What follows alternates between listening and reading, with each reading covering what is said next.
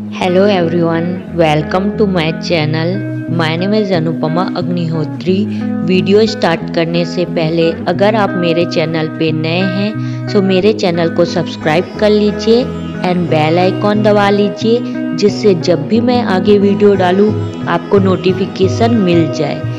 इस वीडियो में हम लोग नर्सिंग के बारे में जानने वाले हैं। हम जानेंगे कि नर्सिंग क्या होता है, introduction of nursing and definition of nursing के बारे में जानेंगे। साथ में हम लोग फ्लोरेंस नाइटिंगेल के बारे में भी जानने वाले हैं कि फ्लोरेंस नाइटिंगेल कौन थे, उनका बर्थ कब हुआ था, वो कब डेथ हुए थे। साथ में हम लोग हेल्थ का डेफिनेशन जानेंगे कि हेल्थ क्या होता है and educational qualification of nursing भी जानेंगे कि नर्सिंग का क्या एजुकेशनल क्वालिफिकेशन होता है।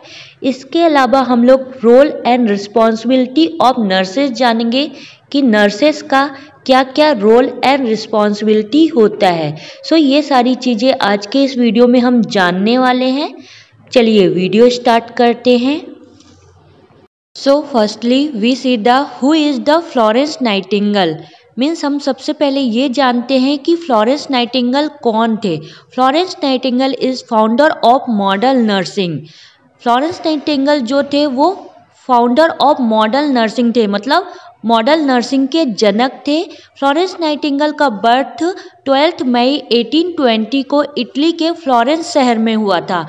मीन्स फ्लोरेंस नाइटिंगेल का बर्थ 12 मई 1820 को इटली के फ्लोरेंस शहर में हुआ था एंड डेथ 13 अगस्त 1910 को हुआ था, मतलब 13 अगस्त 1910 को उनका डेथ हुआ था।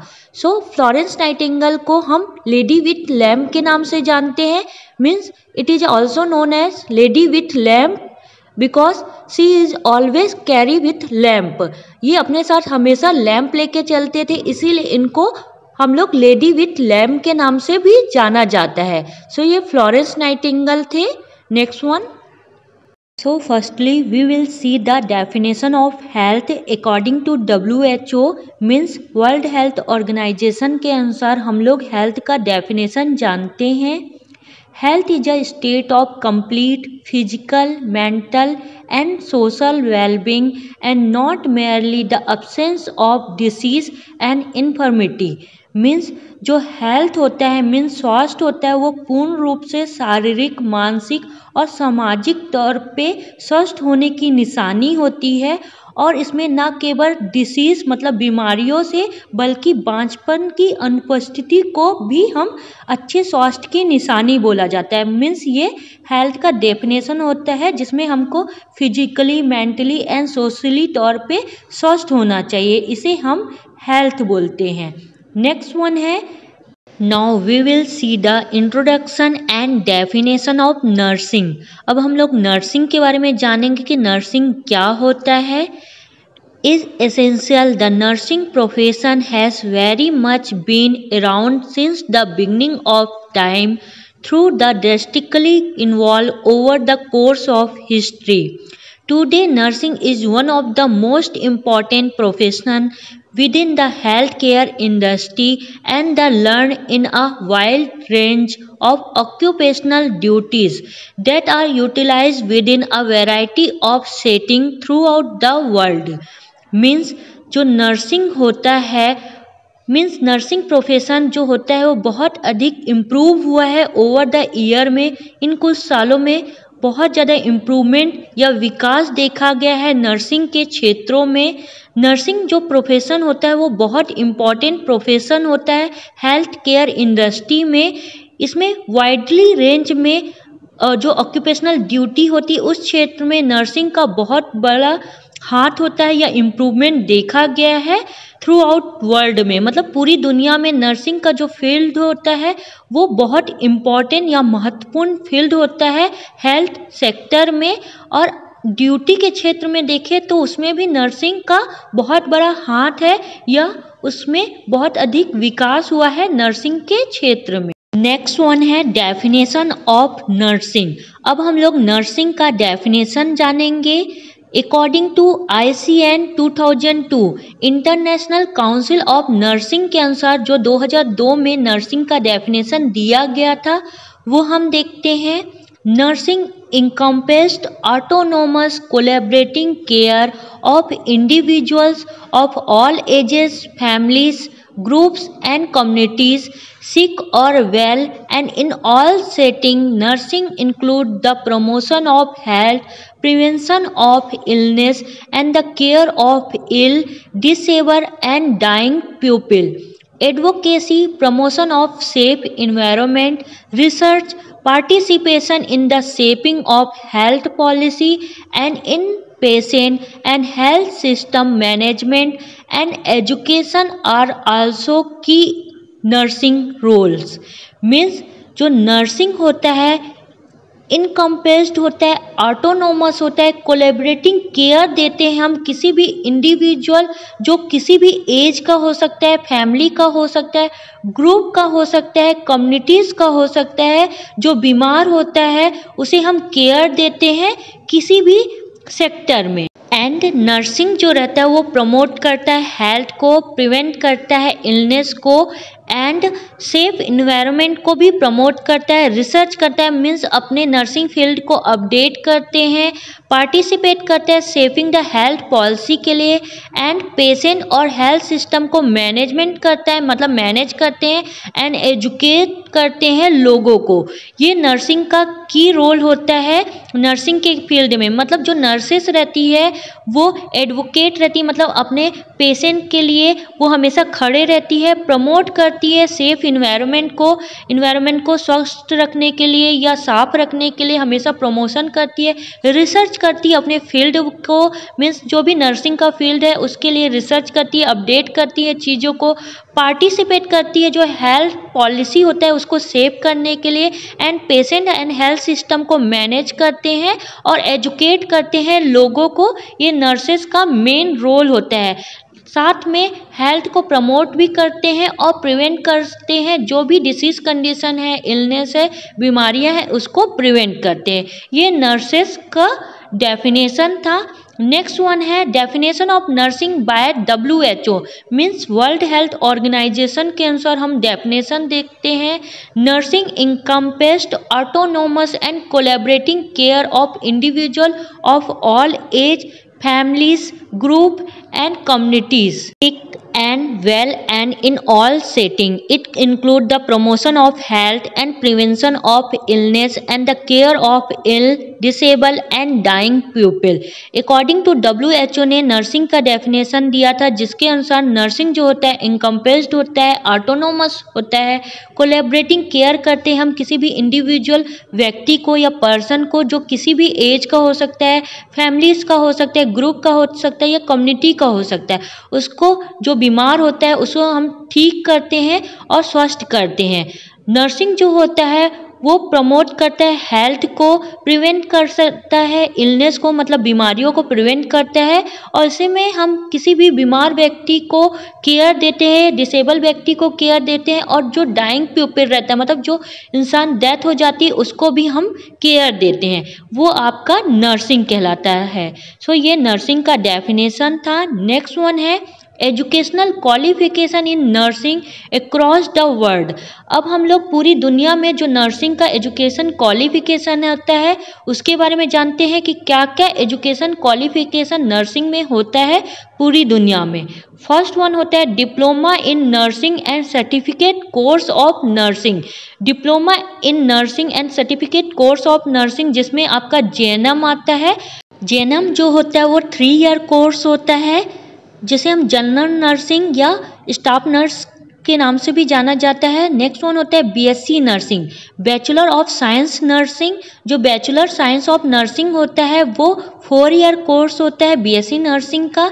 देन फेलोशिप इन नर्सिंग होता है। देन MSc नर्सिंग होता है जिसे हम मास्टर डिग्री भी बोलते हैं, PG भी बोलते हैं, जो आपका 2 ईयर का कोर्स होता है, 2 साल का कोर्स होता है।